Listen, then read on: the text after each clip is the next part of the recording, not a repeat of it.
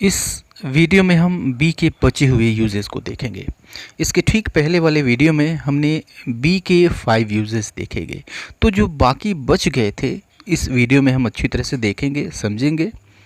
तो आइए वीडियो को शुरू करते हैं और नेक्स्ट यूज़ देखते हैं बी का और उसके अर्थ को देखते हैं। जब हम इज़ एमा या फिर वाज़वर के ठीक बाद टू बी यूज़ करते हैं और उसके ठीक बाद हम वर्ब की थर्ड फॉर्म यूज़ करते हैं, ठीक है। तो जहाँ भी आपको दिखे टू बी और वर्ब की थर्ड फॉर्म, तो आपको समझ जाना है कि ये पैसिव वॉइस है। ओके, अब यहाँ पे इसका जो अर्थ है वो निकलता है कि कोई काम किया जाना है, ठीक है। जैसे हम कहते हैं कि कमरे को साफ़ किया जाना है, राइट। सब्जेक्ट नहीं है, जिस वस्तु के ऊपर काम होना है सिर्फ वही है, सब्जेक्ट इसमें नदारद है। तो कमरे को साफ़ किया जाना है, घर को सजाया जाना है, पटाखे ख़रीदे जाने हैं, ये सारे पैसिव वॉइस है। ओके, और ये टू बी के यूज से बनेंगे। जैसे देखिए, the room is to be cleaned. The room is to be cleaned means कमरे को साफ़ किया जाना है। तो जहाँ भी आप इज़ एम आर यूज़ करते हैं, वाज वर यूज़ करते हैं, उसके बाद ठीक टू बी का यूज़ करते हैं, फिर वर्ब की थर्ड फॉर्म यूज़ करते हैं, मीन्स आप एक ऐसी योजना बता रहे हैं जो पहले से फिक्स्ड है, पहले से प्लान्ड है, आपने वैसा सोच रखा है और उसके अनुसार यह चीज़ किया जाएगा। ओके, टू बी यह भी बताता है कि काम होने वाला है, अभी हुआ नहीं है वो काम, उस काम को अभी होना है। The room is to be cleaned यानी कमरे को साफ़ किया जाना है, हुआ नहीं है अभी, उसको होना है। ओके, एक फिक्स्ड प्लान के मुताबिक। The house is to be decorated, कमरे को सजाया जाना है। Fire crackers are to be purchased, पटाखे ख़रीदे जाने हैं। तो अब देखिए, ये जो फायर क्रैकर्स है, सब्जेक्ट की जगह ऑब्जेक्ट यूज़ होता है, आप जानते हैं, पैसिव वॉइस में। या फिर यूँ कह लें कि सब्जेक्ट को ऑब्जेक्ट बना दिया जाता है, ऑब्जेक्ट को सब्जेक्ट बनाकर रखा जाता है। हमने सब्जेक्ट को इसमें से निकाल ही दिया है। ओके, तो इज़ एम आर का यूज़ हम तब करते हैं जब बताना हो कि कोई काम किया जाना है, लेकिन वहीं पर आपको बताना ये हो कि काम किया जाना था, तो हम वाज वर का यूज़ कर देते हैं अकॉर्डिंग टू द सब्जेक्ट, ठीक है। यहाँ पे ऑब्जेक्ट आएगा, वही ऑब्जेक्ट है जिस सब्जेक्ट बना के यहाँ पे रखा गया है। The roads were to be repaired, ठीक है। The roads were to be repaired यानी सड़कों की मरम्मत की जानी थी, ठीक है। तो प्लान बना हुआ था, फिक्स्ड था उसका मरम्मत होना, ठीक है। The roads were to be repaired, सड़कों की मरम्मत की जानी थी। Flood victims were to be rescued, flood victims were to be rescued यानी बाढ़ पीड़ितों को बचाया जाना था। ओके, विक्टिम्स मीन्स पीड़ित, फ्लड विक्टिम्स बाढ़ पीड़ित, और रेस्क्यू का अर्थ होता है बचाना। एक और एग्जांपल देखिए, help was to be sent, help was to be sent यानी सहायता भेजी जानी थी, ठीक है। तो अब तक हमने ये बताया कि कोई काम किसी योजना के मुताबिक होनी है या फिर होनी थी, ठीक है।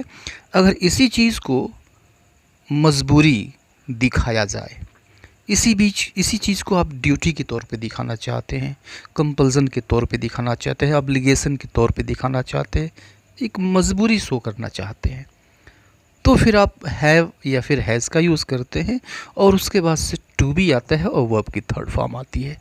तो फिर से ये पैसिव वॉइस है, क्योंकि यहाँ पे ये चीज़ दिख रही है आपको, टू बी और वर्ब की थर्ड फॉर्म पैसिव वॉइस है। यानी हिंदी में इसका वैसा ही अर्थ निकलता है, कोई काम किया जाना है हैज़ हैव के साथ, और कोई काम किया जाना था हैड के साथ, ठीक है। लेकिन ये क्या शो करेगा, ये शो करेगा कंपल्सन शो करेगा, ड्यूटी शो करेगा, ऑब्लिगेशन शो करेगा, ठीक है, मजबूरी शो करेगा। तो ये चीज़ें शो करता है, ये डिफरेंस है पीछे वाले स्ट्रक्चर में और इस स्ट्रक्चर में। जैसे these clothes have to be washed, these clothes have to be washed यानी इन कपड़ों को धुला जाना है, धोया जाना है, ठीक है। तो यह काम जिसको भी करना है उसको करना है तो करना है, ठीक है। अब इस चीज़ से वह बच नहीं सकता, यह एक कंपल्सन है, उसकी मजबूरी है, वह धोएगा, राइट, उसको धोना है, ओके।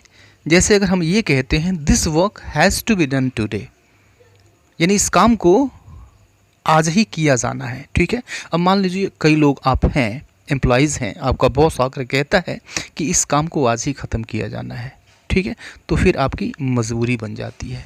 अब इस चीज़ को हम इज़ एम आर से नहीं एक्सप्रेस कर सकते, इसके लिए हमें हैव हैज़ का यूज़ करना होगा, ठीक है। तो this work has to be done today, इस काम को आज ही किया जाना है। These rules have to be obeyed, यानी इन नियमों का पालन किया जाना है। These rules have to be obeyed, ठीक है, कंपल्सन है, क्योंकि रूल्स हैं, रूल्स तो रूल्स सबको मानना होता है, ये मजबूरी है। आप चाहें मन से माने, रो के माने या हंस के माने, मानना तो है ही है, ठीक है। तो ये तो प्रेजेंट की बात हो गई। वहीं पास्ट में अगर आपको कहना हो इसी चीज़ को तो आप हैड का यूज़ करते हैं। These plants had to be watered on time, यानी इन पौधों को समय पर पानी दिया जाना था, इन पौधों को समय पर पानी दिया जाना था। Dinner had to be cooked, dinner पकाया जाना था।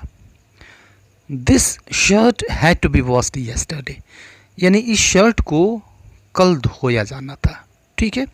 तो ये सारी चीज़ें मजबूरी दिखाती हैं, प्रेशर दिखाती हैं कि ये जो प्रेशर है वह भारी है, आपके ऊपर दबाव है, इस काम को किया जाना है या फिर किया जाना था, राइट। नेक्स्ट यूज़ देखते हैं, जब इसको हम नीड के साथ यूज़ करते हैं, need to be a verb की थर्ड फॉर्म, ठीक है। तो फिर से टू बी जब लग गया, वर्ब की थर्ड फॉर्म लग गई, तो फिर समझ जाए कि ये भी पैसिव वॉइस है, किए जाने की ज़रूरत है, ये अर्थ देता है किए जाने की ज़रूरत है प्रेजेंट में, और किए जाने की ज़रूरत थी पास्ट में, ठीक है। ये जो नीड है मेन वर्ब है आपका, कैसे यूज़ होगा देखिए। This shirt needs to be washed, यानी इस शर्ट को धोए जाने की ज़रूरत है, ठीक है, गंदा हो गया है, मैला हो गया है, ठीक है, तो धोए जाने की ज़रूरत है इसको। Needs to be washed, needs का यूज हुआ है क्योंकि यह प्रेजेंट इंडेफिनिट टेंस का वाक्य है, सब्जेक्ट सिंगुलर है, दिस शर्ट नीड्स, इसलिए वर्ब में यस या यस लगा हुआ है, needs to be washed. The house needs to be painted, यानी घर को रंगे जाने की ज़रूरत है। एक नेगेटिव का देखते हैं और पास्ट का देखते हैं। He didn't need to be called, he didn't need to be called, उसे बुलाए जाने की ज़रूरत नहीं थी, नहीं है। कौन बुलाएगा ये नहीं दिया गया है, किसको बुलाया जाएगा ये दिया गया है, किस व्यक्ति पर या वस्तु पर काम होगा ये दिया गया है। This he didn't need to be called, उसे बुलाए जाने की ज़रूरत नहीं थी। फिर your scooty needs to be repaired, यानी तुम्हारी स्कूटी को मरम्मत किए जाने की ज़रूरत है, ठीक है, बड़ा परेशान कर रही है तो ज़रूरत है कि इसकी मरम्मत कर दी जाए, ओके। नेक्स्ट यूज़ देखते हैं, थोड़ा सा इसको हमें समझना पड़ेगा कि कुछ ऐसे वर्ब्स होते हैं जो हमारे सोचने से संबंधित हैं, जो हमारे जानने से संबंधित होते हैं, जैसे believe, feel, look, consider, think, से, ये कुछ ऐसे वर्ब्स हैं जो सोचने से, देखने से, जानने से संबंधित हैं, ठीक है। तो जब ऐसे वर्ब्स आते हैं तो ऐसे वर्ब्स के साथ हम टू बी का यूज़ करते हैं और उसके बाद से फिर कॉम्प्लीमेंट होता है, ठीक है। कैसे होता है और क्या अर्थ देता है, एग्जाम्पल से ज़्यादा क्लियर होगा। Kashmir is considered to be in the crown of India. अब देखिए कश्मीर इज़ कंसिडर्ड, यानी कश्मीर को समझा जाता है, ठीक है। अब देखिए ये पैसिव वॉइस है, यहाँ तक Kashmir is considered passive voice है, तो कश्मीर को समझा जाता है, क्या समझा जाता है भाई, तो to be the crown of India, to be the crown of India, यानी भारत का ताज, भारत का ताज कश्मीर को समझा जाता है। तो एक बार ये यहाँ लगता है कि टू बी का यहाँ पर कोई मतलब ही नहीं है, सिंपली इसको ऐसे होता, Kashmir is considered the crown of India, Kashmir को क्राउन ऑफ इंडिया का क्राउन समझा जाता है, भारत का ताज समझा जाता है। तो एक बार ये लगता है लेकिन इंग्लिश में इसे अधूरा माना जाता है, इसको गलत माना जाता है, क्योंकि कंसिडर आया है, कंसिडर्ड आया है, तो इसके बाद से टू बी का यूज़ होना ज़रूरी है और फिर उसके बाद से कॉम्प्लीमेंट आएगा। ठीक है, Kashmir is considered to be the crown of India, या फिर इसको हम ऐसे भी कह सकते हैं, it is considered that Kashmir is the crown of India. It is considered यानी यह समझा जाता है दैट कि कश्मीर है the crown of India, Bharat का ताज। ठीक है, इसको हम ऐसे भी कह सकते हैं। एक और एग्जाम्पल ले लीजिए, I think him to be the best for this work. I think him to be the best for this work, यानी मैं उसे इस काम के लिए सबसे बेहतर मानता हूँ, सोचता हूँ। ठीक है, तो यहाँ पर देखिए आई थिंक हिम, मैं उसके बारे में सोचता हूँ, to be the best for this work, इस काम के लिए सबसे बेहतर। तो यहाँ पर टू बी, एक बार की यहाँ भी लग रहा है कि टू बी का कोई मतलब ही नहीं है, लेकिन इसके बिना यह जो सेंटेंस है यह रॉन्ग हो जाएगा, इनकरेक्ट हो जाएगा।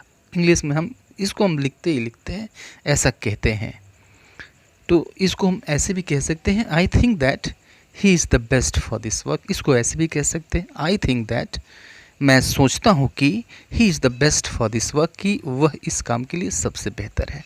ठीक है, तो दोनों तरीके में से किसी भी तरीके से कह सकते हैं, या फिर आप सोच सकते हैं या आप कह सकते हैं कि जो पहला तरीका है वो ज़्यादा बेहतर माना जाता है, अच्छा माना जाता है। ठीक है, एक और सेंटेंस लीजिए, you seem to be worried.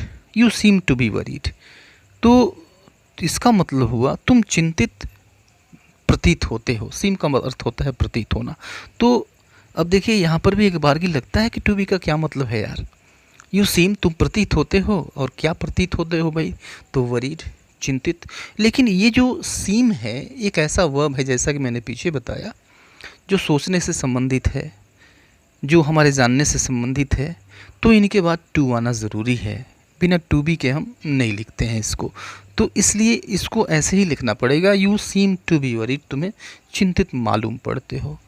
आप न चाहें तो इसको ऐसे कह लीजिए, it seems that you are worried, ऐसा प्रतीत होता है कि तुम चिंतित हो। तो किसी तरह से कहें, आपकी ये स्वतंत्रता है। ठीक है, तो यह वीडियो काफ़ी इंटरेस्टिंग थी और काफ़ी ज्ञानवर्धक भी थी, इन्फॉर्मेटिव भी थी। तो अब तक वीडियो को आपने लाइक भी कर दिया होगा। चैनल सब्सक्राइब नहीं किया है तो आपसे रिक्वेस्ट है कि चैनल सब्सक्राइब अवश्य करते चलें। मिलते हैं नेक्स्ट वीडियो में, तब तक के लिए goodbye and take care.